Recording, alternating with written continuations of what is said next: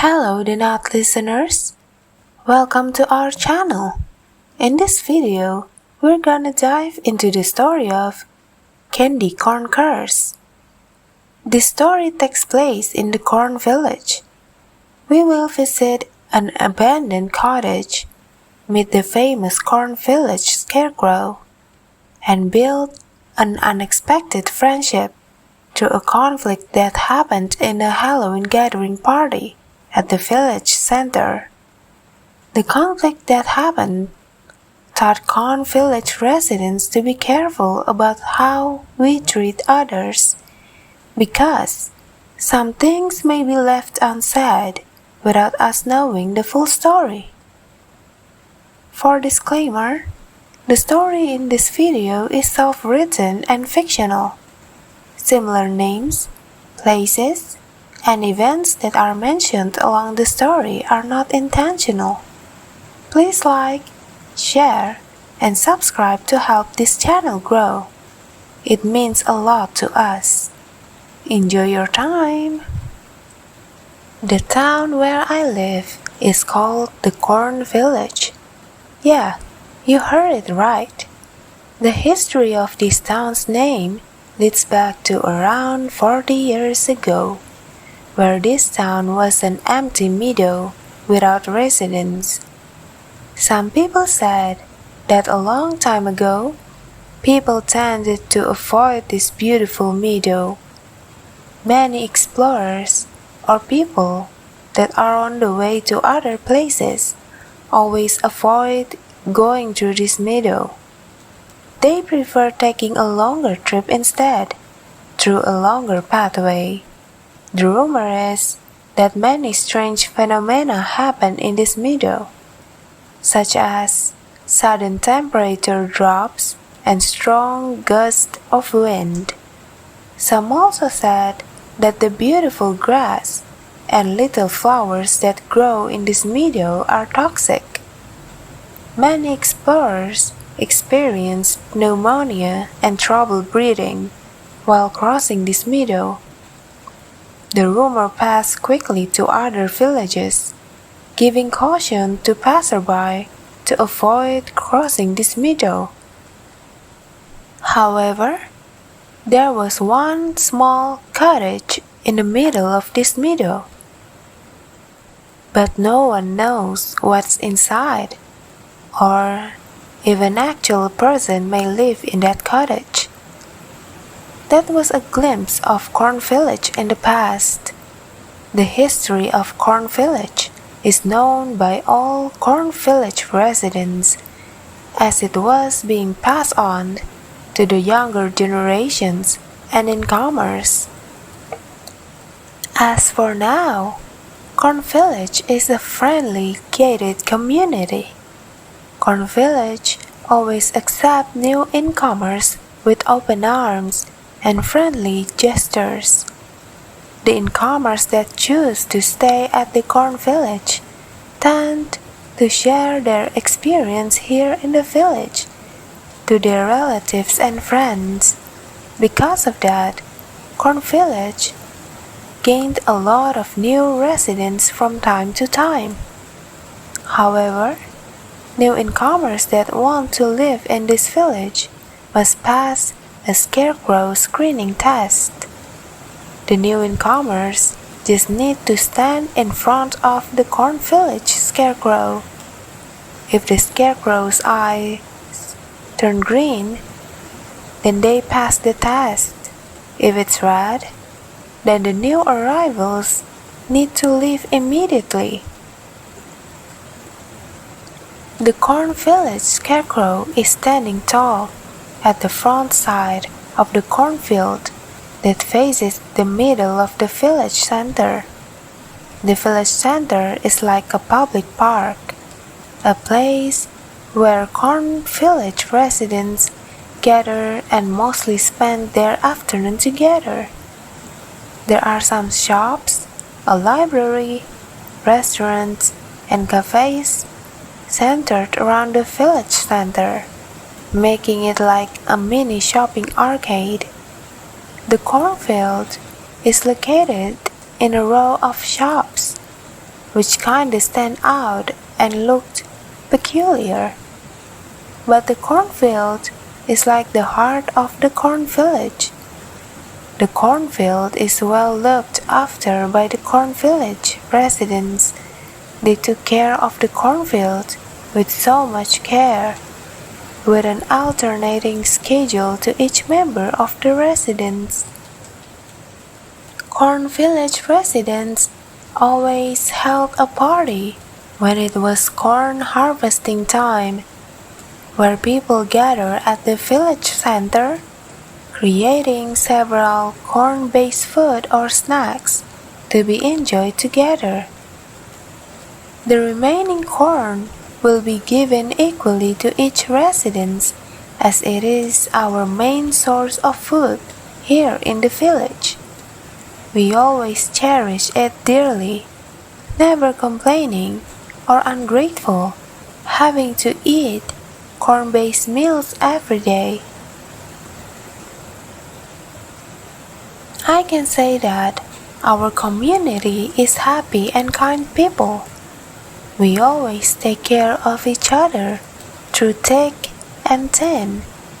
But there's something about this village. Actually, more about the corn village scarecrow. We, the corn village residents, must give the scarecrow's pole a tap with our whole palm to express our respect one time every day. We all believe that the scarecrow is the one protecting our village from bad luck. It is also believed that the scarecrow is always watching us and never rests. We don't mind doing it though, as we, the residents, always spend our afternoon near the scarecrow and the cornfield. Today is All Hallows Eve, also known as Halloween. It was such a big day for Corn Village, as the classic treat or trick and gathering party always held at the village center every year. I already made a promise with my friend Rhea to go there together. This afternoon, I will come over to her house and get ready with our costumes. This year, I picked a simple detective costume, a white shirt, suit, long trousers, parrot hat, suitcase, and glasses will be my full outfit. I want my costume to be comfortable because Rhea and I are also planning to visit the cottage in the back of the cornfield. We have wanted to visit the cottage for a long time, but we never did. The cottage is not forbidden to be visited, by the way. Several people have been there. Some residents said that it was not worth visiting, as there's nothing interesting to be seen. They also said that the cottage floor is kinda muddy and slippery, so wearing nice shoes is not recommended. We have to use a small boat to get to the cottage. Not that far actually. It just needs a short period of paddling across a pond. Our plan is to go there after getting ready and get back before it gets dark. I think we'll be just fine. Deep down, I hope we will find something interesting there, at least to fill our curiosity. I knock at the door of Freya's house. Her house is already decorated with Halloween-themed decor. There's a pair of carved pumpkins on the left, and right off the door, kinda like it's guarding the door. The plants and flowers at the porch were covered with a thin material, probably made from cotton, to mimic a spider webs. Small porcelain gnomes were placed on the lawn with different sizes, looks, and impressions. "I'm coming," Rhea said. Suddenly, I can feel something soft rubbing against my legs. I look down. Oh, it's only Charcoal, Rhea's cat. Charcoal is wearing a black bat wings costume that matches his fur. I bent down and ran my fingers through Charcoal's long and soft fur. Finally, the door opens. I can see that she is already wearing her makeup halfway. No wonder it kinda took some time for her to open the door. "Sorry, I was finishing my left eyebrow first," she said while gesturing for me to come in. Inside of her house was decorated too.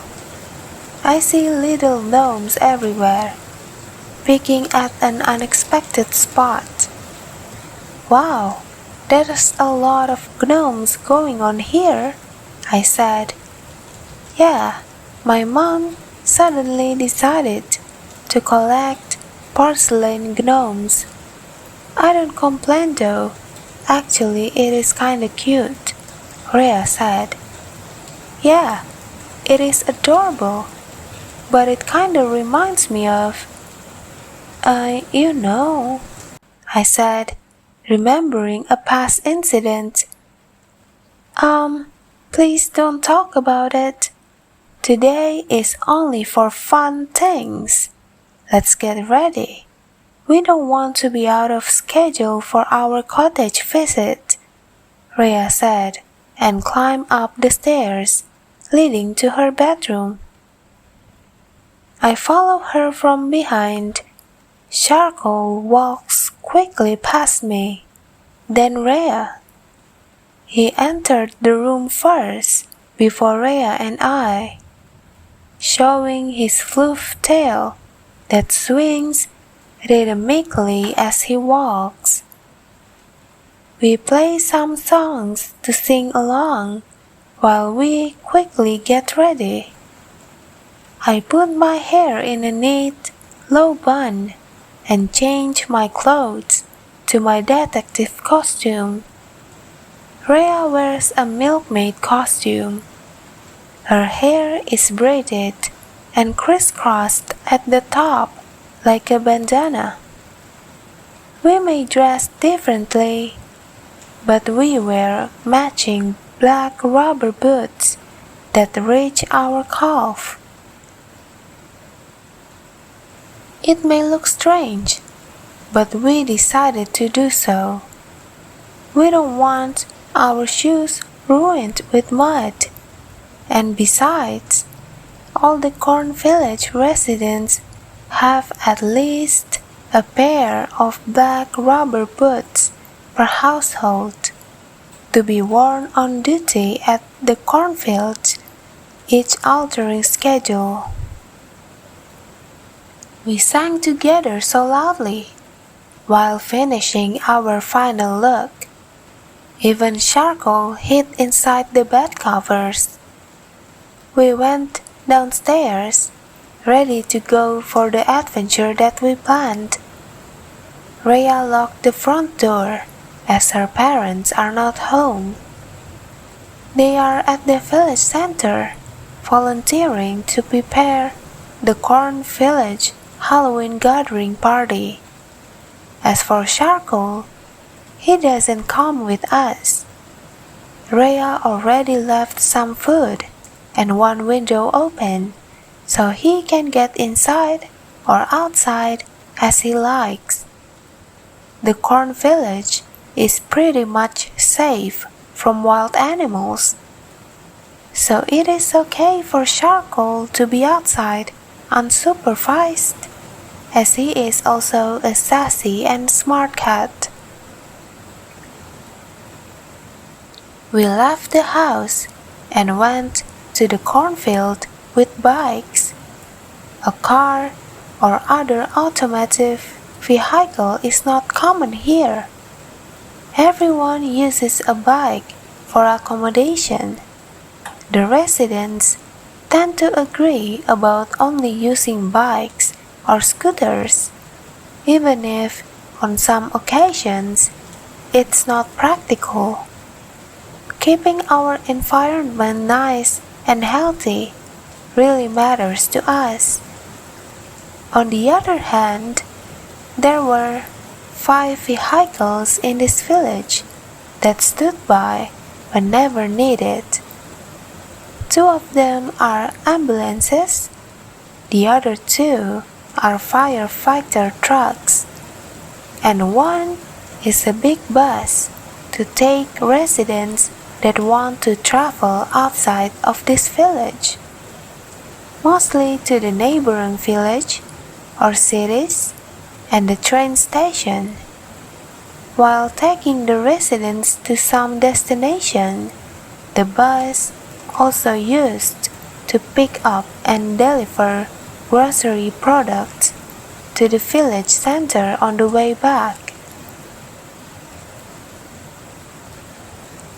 Inside of my bike basket is a brown suitcase that matches my outfit.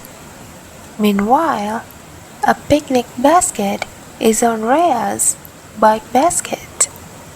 We bike side by side, enjoying the fresh air and warmth from the sun. The leaves along the road started to fall. Some were following where the wind blows before it reaches the ground. I think I will miss this village so much when I leave for college next year. Right now, I just need to enjoy the moment when I am still here at the village. Now we are already in the village center. I wave at my parents as we pass the confectionery shop. My parents own the shop. They have been staying there since this morning, as candy and chocolate are on demand today for trick-or-treating, and it is almost all sold out. Rhea waves to her parents too at the village center park. They are placing some long tables and chairs with other volunteers. Finally, we arrived at the cornfield. We park our bikes in front of a barber shop that located right beside the cornfield. The barber shop is closed. Maybe Mr. Harlan, the owner, is volunteering or having a schedule at the cornfield. We touch the scarecrow's paw together with our palm, closing our eyes, taking a deep breath, and letting go. I was already so used to this routine that I find it shooting my nerves, giving me a peaceful and grateful feeling to be in this village. We look around the cornfield, searching for the person in charge to report our plan to do a cottage visit. We saw Mr. Harlan harvested the corn with his only son Winter. They pick and put the corn inside a burlap sack that is placed on top of a cart.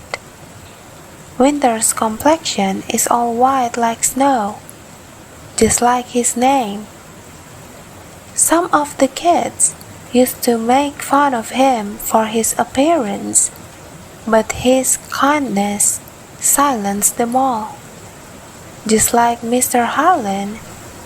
He is always at the front row to help anyone in need. Now the kids don't pick on him anymore.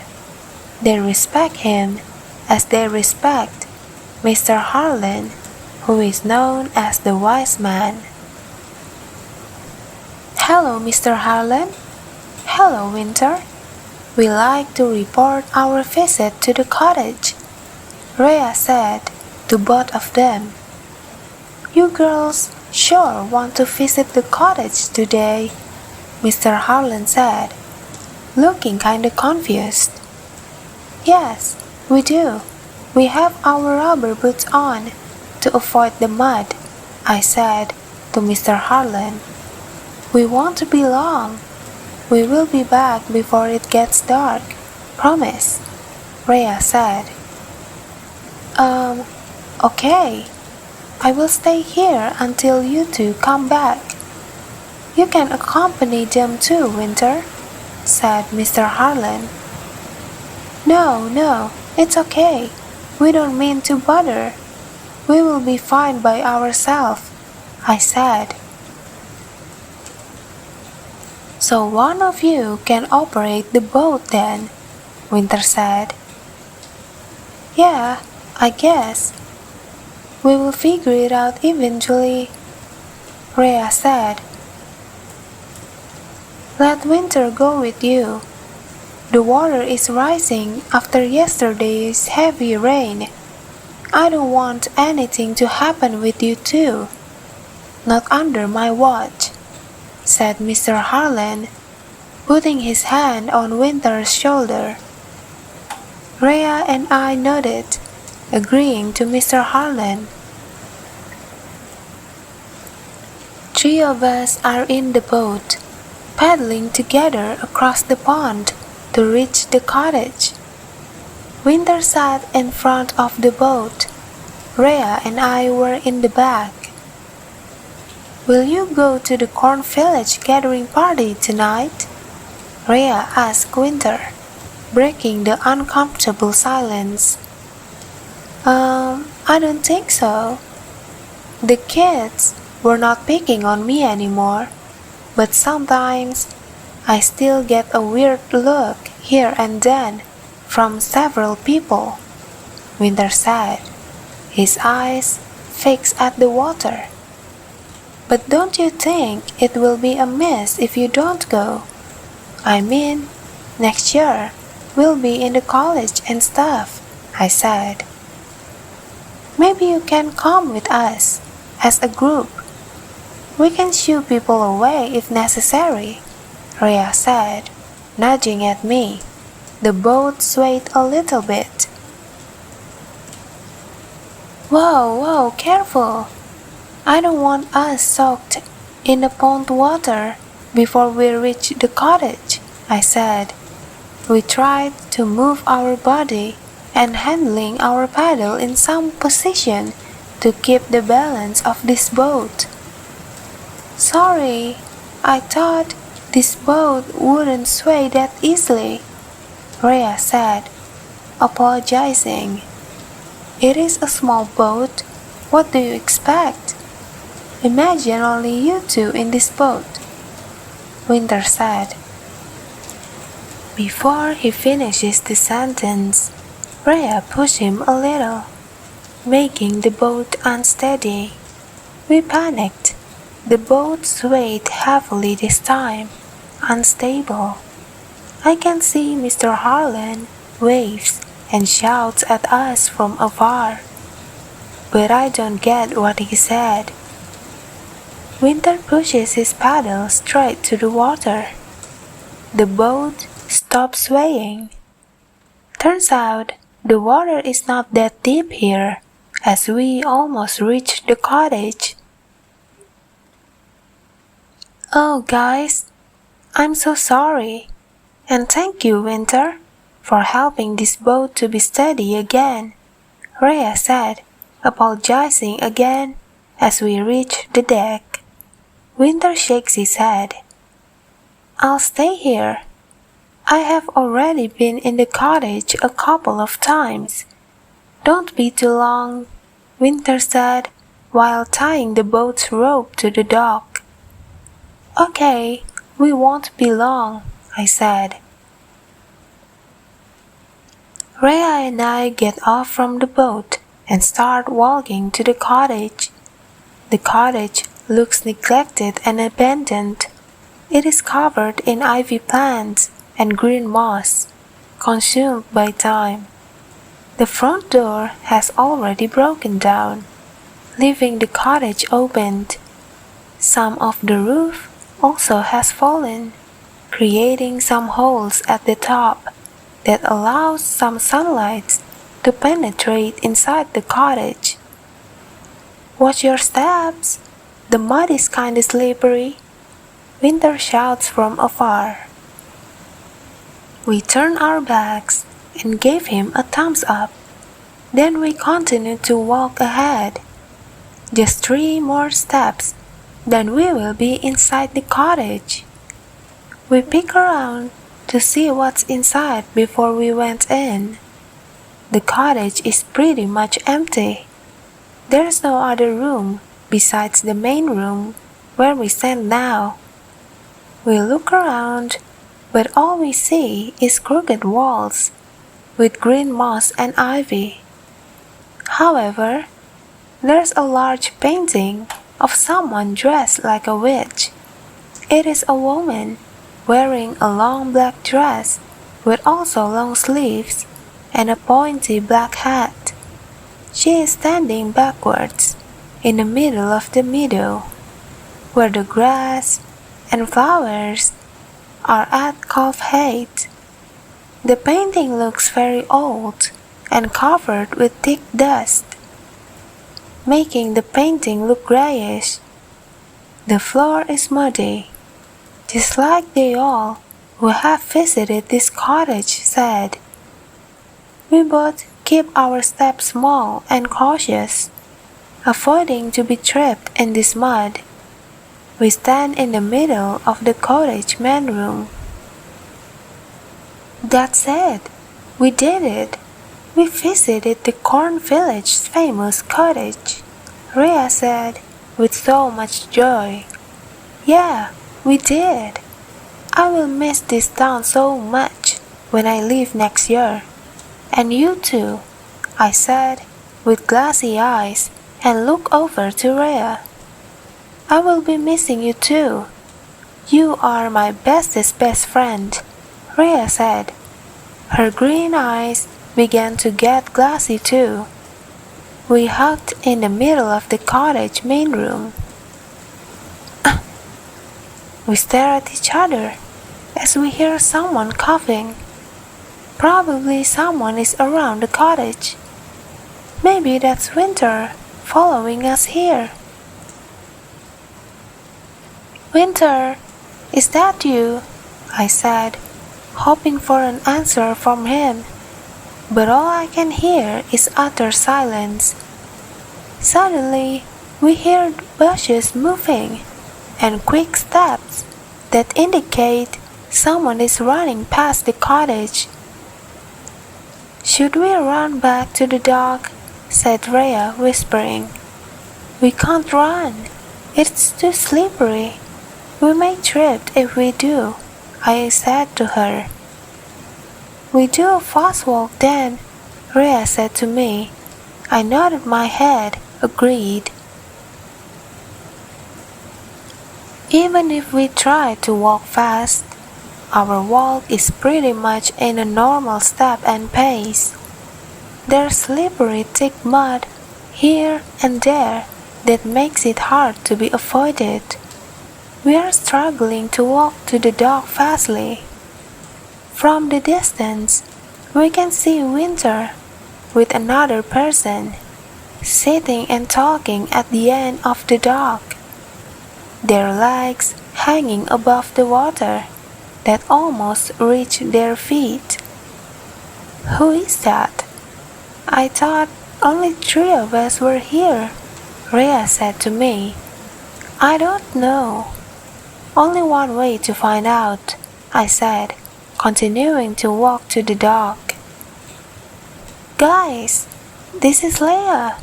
She visited the cottage this afternoon and waited for the boat that never came until we did," Winter said, introducing Leia to us. We introduced ourselves to her. She seems nice, probably 6 years under our age.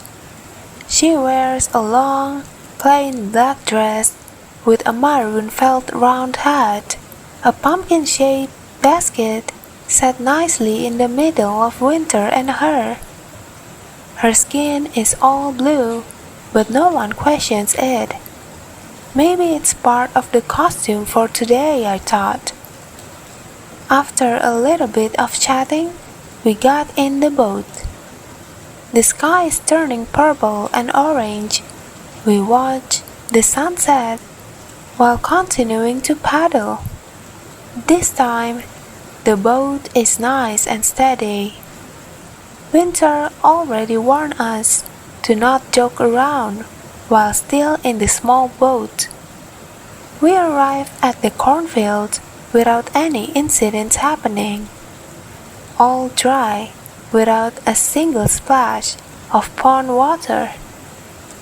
Mr. Holland is still at the cornfield. He is tying the burlap sack full of corn. There's 2 sacks full of freshly harvested corn. However, the corn in the field is not all harvested.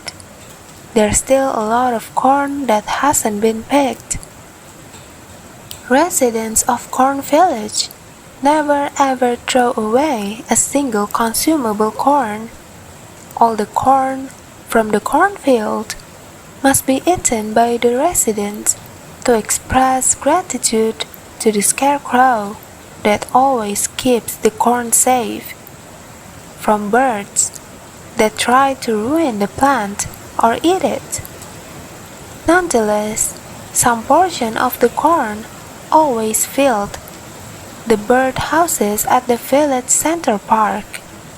It was said that if someone in the corn village wastes a corn, sickness will come for those who did. So, it can be said that corn is highly glorified here. Our local dishes are mainly made with corn, not only because it is not recommended to be wasted, but also because other food source plants can't be planted here in the corn village. Some residents had tried, but most of it is not compatible with the soil here. The corn at the cornfield is harvested once a year. It can cover our yearly supply for the residents. We also have other food too from the grocery, but the price is very high. Meanwhile, the corn is free for us all. Winter, what do you think? Do you want to come with us? Rhea asked. Mr. Harlan looks at Winter, hoping he would want to. Think about it, son. This is probably the last Halloween gathering event before you leave for college, Mr. Harlan said. Okay, but I don't have any costume, Winter said. Then let's go to the store to pick one for you. It's just across the street over there, Rhea said to him, smiling. Thank you so much for the ride back with the boat. I will go trick-or-treating, Leia said. Leia walks ahead from us, jumping around happily, then turns her back and waves at us. She seems so excited, enjoying the vibe from the village center that is already decorated and crowded with people. We waved back at her and smiled, then headed to the clothing shop. Sadly, the shop didn't sell any Halloween costumes. So we decided to go to the grocery store instead, because they sell a lot of other stuff too, besides groceries. On our way there, people are already gathered at the village center park. There's a group of people singing, dancing, enjoying the food, and grilling corn. Meanwhile, the children are walking around, trick-or-treating, collecting candies. There's not much we can find here, Rhea said. I'm fine with whatever, really, Winter said. What about this mask? Rhea picked up a green Frankenstein mask. No, I hate masks. It makes me hard to breathe, Winter said. What about you, wearing this hat and this scarf? Rhea said, picking up a black round hat and a red scarf.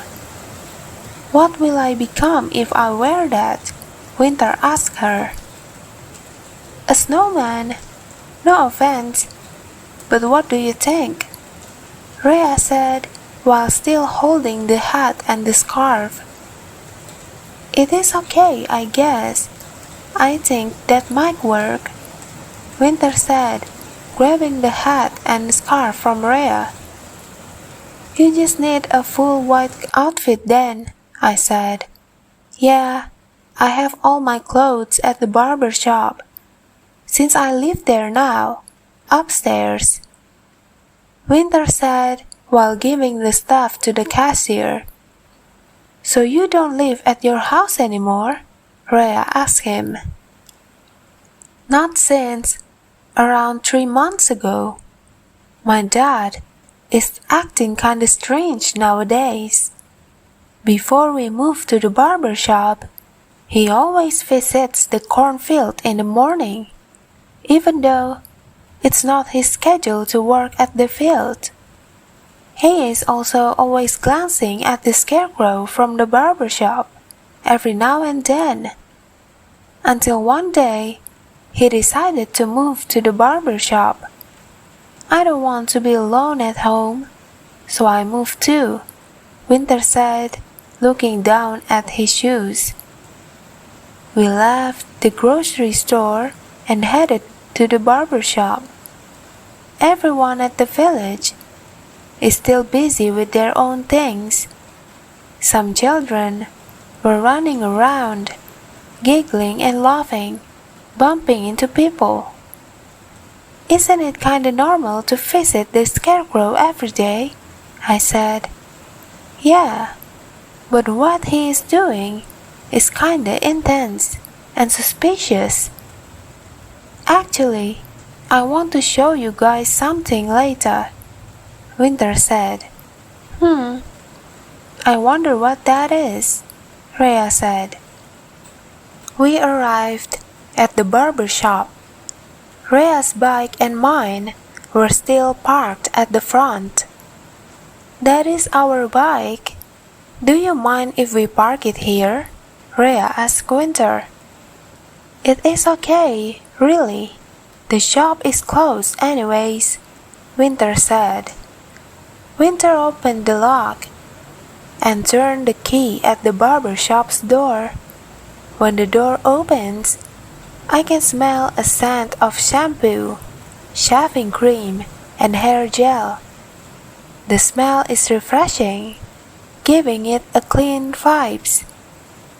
Winter turns the lights on, displaying 2 rows of medium-sized mirrors hanging at the dark blue wall, complete with a matching individual white small table and wheeled chairs.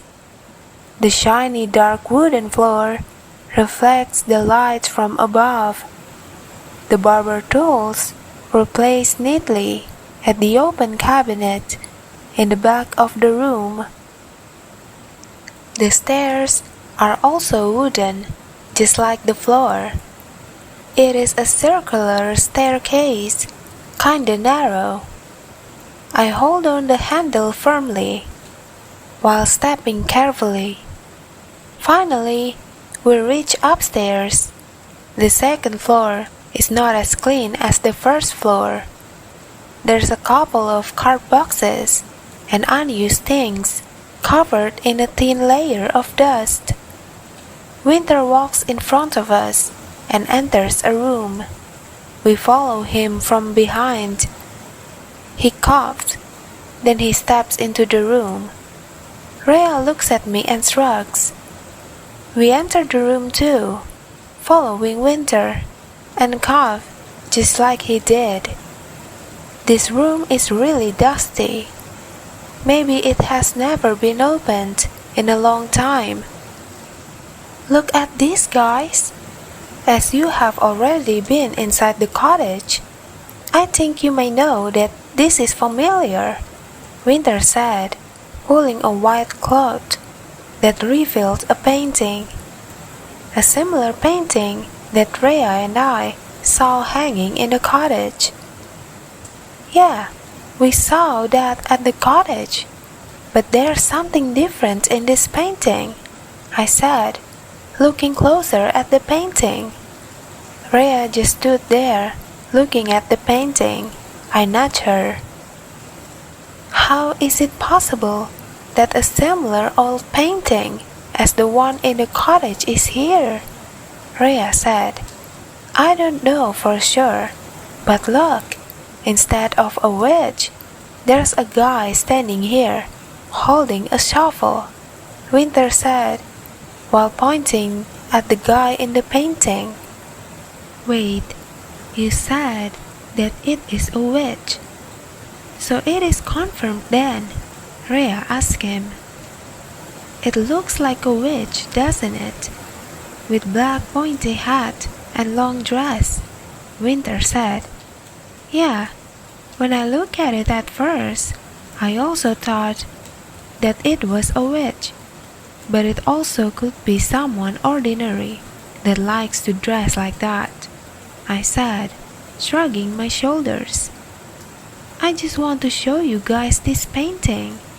I will go change my outfit. Let's get out of this room before my dad knows we're here, Winter said, covering the painting with the white cloth again. Suddenly, we hear the main door downstairs open. Quick, quick, Winter said, whispering. We exit the room as quickly as we can, tiptoeing. Is there someone upstairs? Mr. Holland shouted from the first floor. Yeah, we're here with Winter, I said. We are waiting for him to change his outfit, Rhea said. Okay, you guys have fun. Tell Winter to lock the door again before leaving, Mr. Harlan said, then left. Okay, sir, Rhea said. I'm ready, guys. Let's go, Winter said, coming out from the next room besides the one with the painting inside.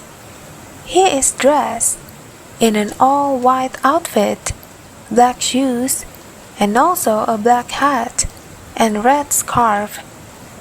His white complexion and the chosen outfit really suits him to be a snowman.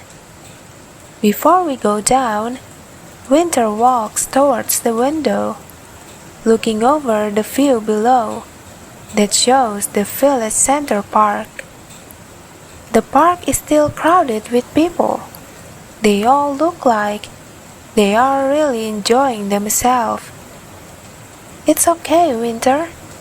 We will be around you every time in this gathering party, Rhea said, trying to assure him, who already looks nervous.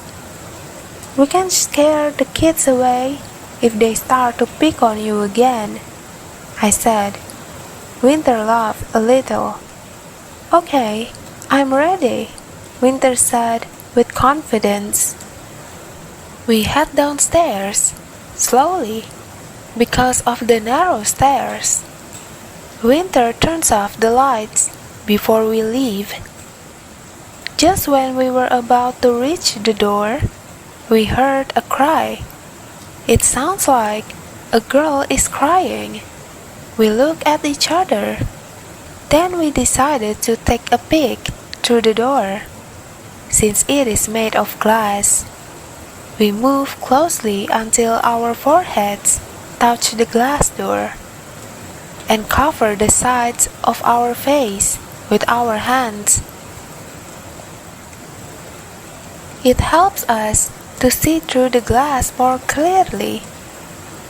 Since the glass door is tinted dark, in front of this barber shop, there's a crowd of children and teenagers. We're not quite sure what was going on, so we were still watching from inside and listening. "So, you really are blue, huh?" one of the teenagers said. "Leave me alone," said a girl with cries. "I think we should step out and see what is going on. We can see it more clearly if we're outside," Rhea said to us. "No, please," Winter said. "He is breathing heavily and sweating." He bent down, his hands on his knees. "But I think we should. I mean, look at the adults. They don't care. They only care about themselves," Rhea said with frustration.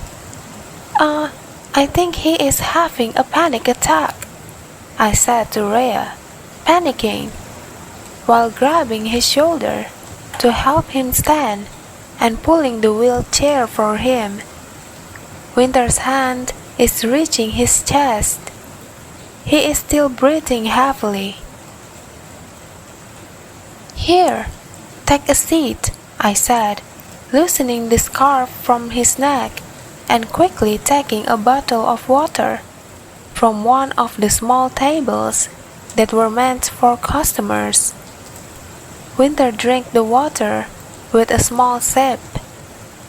"I think I have to turn on this fan. It's also kinda hot in here," I said to Winter. "Yeah, please turn it on," Winter said, while flicking his hand so it makes a small blow of wind to his neck. Rhea is still watching the crowd outside. I know Rhea very well. We have been friends since we were in kindergarten. A sight of injustice really makes her blood boil. No wonder she is already invested in the crowd outside. Meanwhile, she doesn't budge that Winter is having a panic attack. "I think they are picking on Rhea," Rhea said, not leaving her eyes from the glass door. I walked towards Rhea to take a look. There is Rhea, in the middle of a crowd of children and teenagers, crying. "Let's prove it with water, everyone," shouted one of the teenagers, while the rest of the crowd are cheering. Then, the teenager splashed Leah with water. The other follows to splash her with water too. "It's getting out of hand. I'm going outside now," Rhea said angrily. She tries to open the door, but it is locked. Rhea looks really annoyed. "The key is here. I think my dad locked it when he left," Winter said, reaching into his pocket and handing the key to Rhea. "Wait, if you go, then I'm coming with you. Do you mind staying here alone for a bit? We will be back after this," I said to Winter, worried. "It's okay. I will join you guys after a while," Winter said, still sipping the water slowly. We heard voices from outside. Not only blue, you are bald too, said one of the teenagers again. Leah's hat was snatched from her. Blue and bald, blue and bald, the crowd chanting in union, over and over again. This time, I feel angry too, from hearing it. Same with Rhea. That is really unacceptable and out of line. Completely inappropriate. How could they do that to someone? Let alone to Leah, who is still a child. Actually, no one deserved to be treated like that. That is just so mean and hurtful. Until now, I really didn't know that bullying in the corn village even exists. I always portrayed this village as calm, friendly, and welcoming. The sighting of Leah getting picked on really shocked me. Now I understand why Winter gets a panic attack just looking at the others being bullied. In this case, Leah. It makes me wonder what they did to Winter that makes him traumatized, even if he didn't get bullied again. The real disappointment for me is that the adults don't care at all. They just look over this crowd and continue to do their thing. Some were still talking with their group, some were enjoying their food, and some were giving candies to children that trick or treating. And why is that? I really don't understand this at all. This sighting is new to me. Rhea turned the key with shaky hands. She really looked mad. After some failed attempt, Rhea and I were finally outside. We burst through the door and ran to them, trying to stop the crowd from bullying Leah. We shouted at them to stay away, but they still didn't stop. There are too many of them. Suddenly, Rhea and I were being splashed with water too. They even booed at us because we tried to help Leah. Now, they push Rhea, Leah, and I here and there. Our clothes are now soaked with water. Honestly, I have never been in this situation before, especially being bullied too, just because I was helping the one who got bullied. 3 of us pushed people around, trying to get away from the crowd, but they were blocking our way, forming a circle with us in the middle. Suddenly, Winter screamed so loud that it silenced the crowd, and also the adults. They all looked shocked, all eyes on Winter. You should be ashamed of yourself. You thought that picking on a little girl just because her appearance is funny. I guess being different is a joke to you. What a shame to you all. Winter said, his eyes already filled with water, waiting to drop at any moment. All of them are still in silence. Suddenly, there's a creaking sound, like a heavy wood being moved. I agree with this young man. An echoed sound appeared from nowhere. We all look around, figuring out where the sound came from.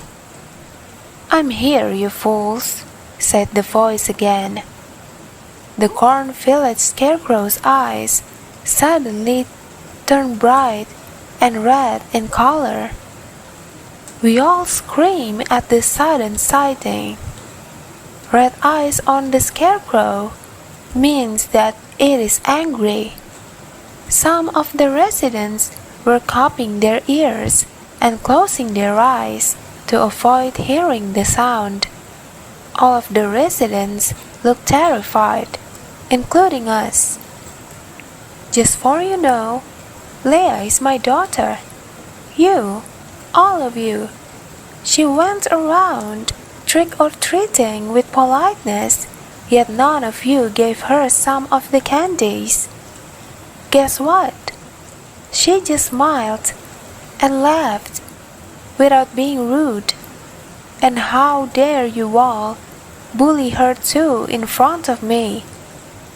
Said the scarecrow angrily, pointing its finger at the crowd of children and teenagers, where we also stood. I look up at the scarecrow. It really terrifies me. I walk closer to Rhea and Leah. Winter also walks closer to us. We hold on to each other, feeling terrified and scared.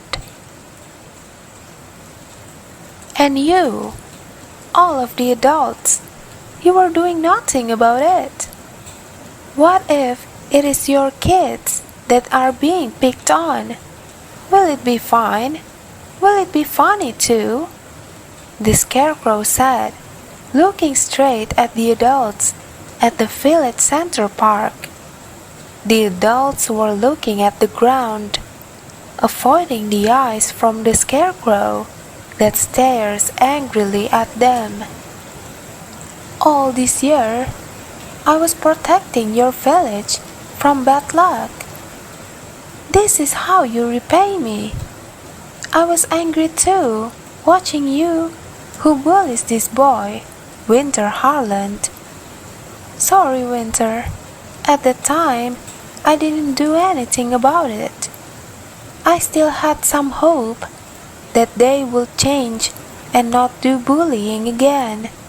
But I can't take it anymore when you all repeat the same mistake as you bullied my daughter, Leah. I really don't regret breaking this promise to not move or talk, said the scarecrow. How did the scarecrow know my name? Winter said, whispering to us. I'm always watching, my child, and never rest, the scarecrow said, just like the phrase from the story that passed on by the older generation. Since all you care about today is the Halloween gathering party, how about I turn this cornfield into something you like? The scarecrow said, while looking around to each of the corn village residents. The adults really looked terrified. They hugged and cried. I mean, the cornfield is our main food source. One harvest can last us a year. Sure, we have other foods at the groceries, but the price is so high. A majority of us cannot afford it. Not all corn village residents have a job or own a shop. Some were dependent on the cornfield for a living. Those who did were mostly outcast from other villages. They moved and built their houses on their own labor in this corn village land for free.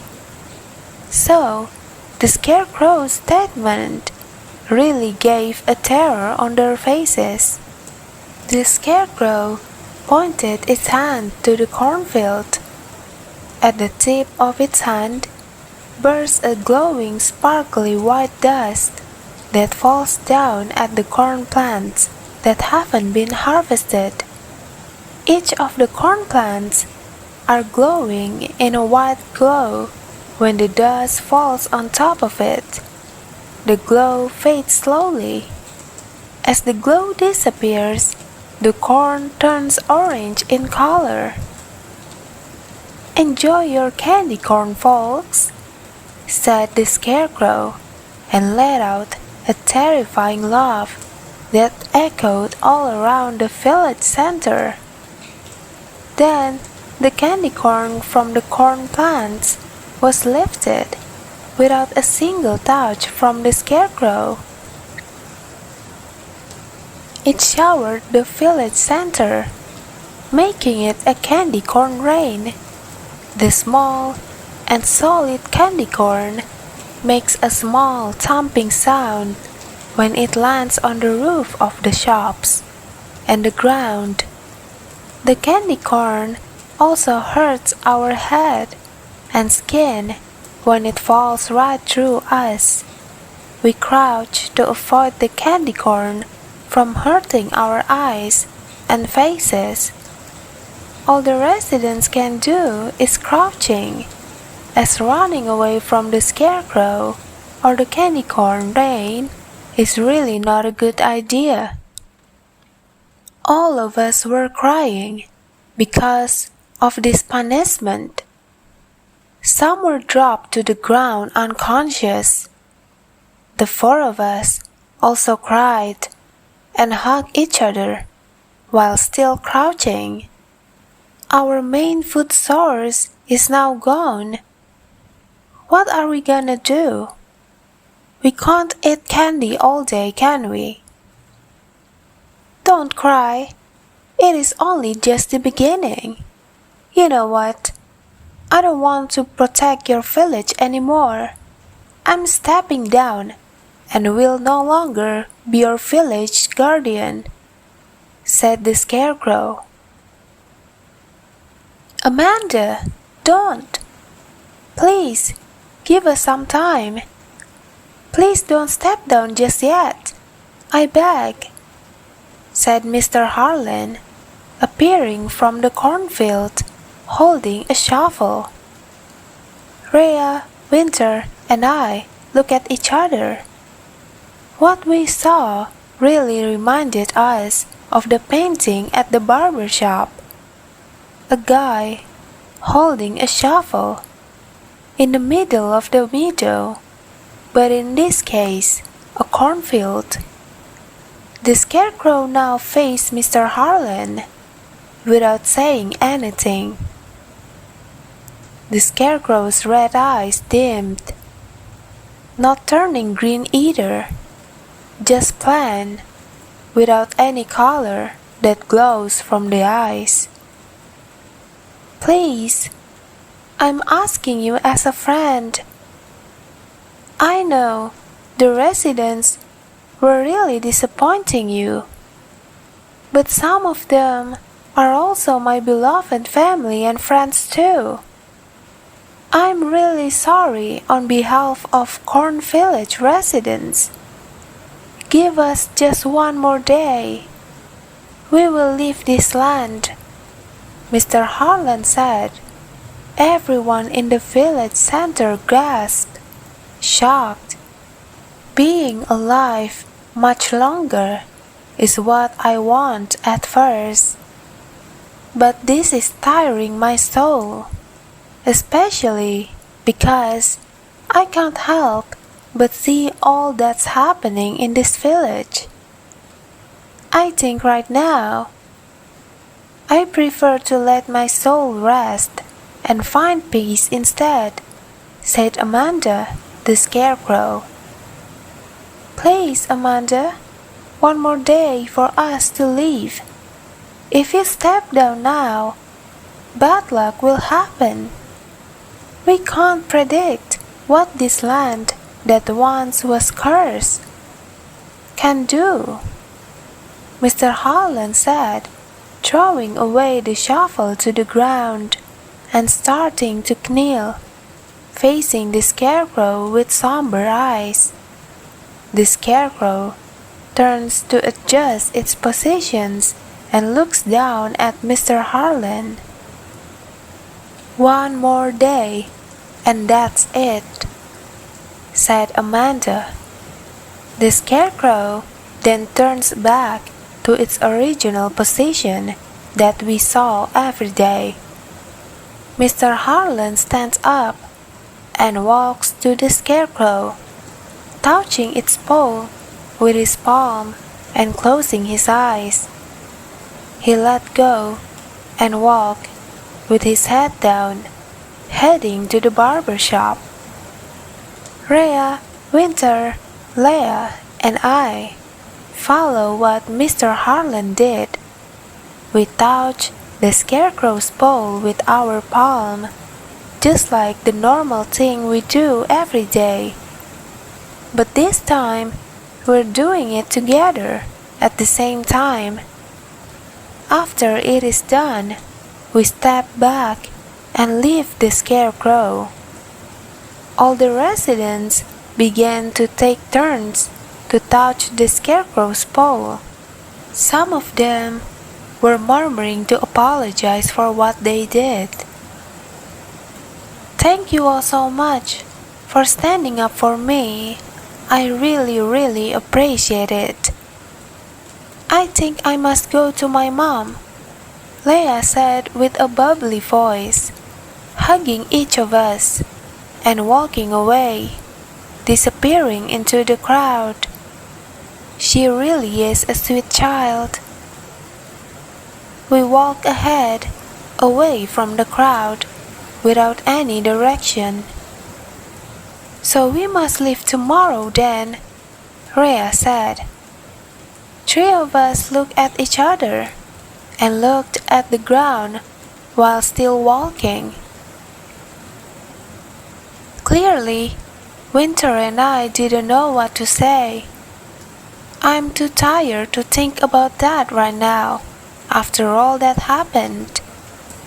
After walking a while, without knowing where to go, we decided to go to the restaurant nearby to have some food, since we haven't eaten since this afternoon.